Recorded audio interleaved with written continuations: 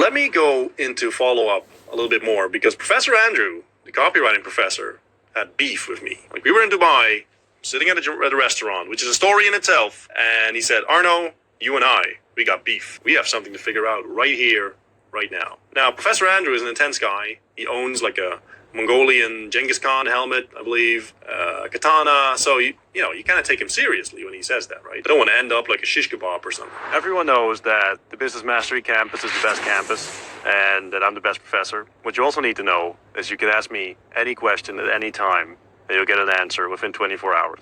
So get to the Ask Professor Arno channel. Whatever you're struggling with, just ask me. I have the best weapons, I have the best answers. You know it, I know it, everybody knows it. It's true. He says, you are telling students that they should follow up with clients until they buy or die. He said, I don't agree with that at all. Like, I think you should follow up 2 or 3 times and then just let it go. Get back to them with another idea in a couple months, maybe. Otherwise, you're going to be coming across as needy. Now, the good news is I didn't end up as a shish kebab. And at the end, we even agreed on like what the actual message is behind follow-up. So let me sort of refine my philosophy on this because people are taking this in the wrong way. When I say follow up until they buy or die, I don't mean loading up your autoresponder or your email software program, whatever you're using, with 147 messages all saying the same thing.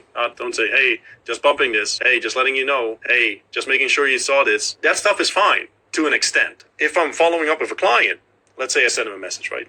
2 days later, I send him, hey, just making sure you saw this. 2 days later, I said, hey, just bumping this. 2 days later, I say, hey, was looking through my files, saw you didn't respond to this.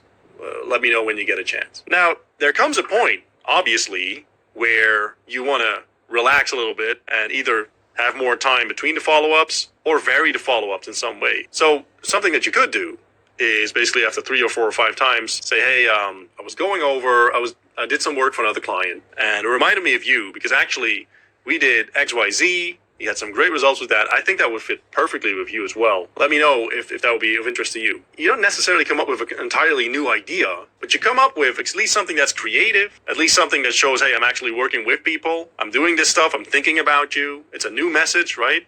And sure, you can follow up on that again with a couple of short, terse follow-ups. But with anything, like, don't be autistic about it.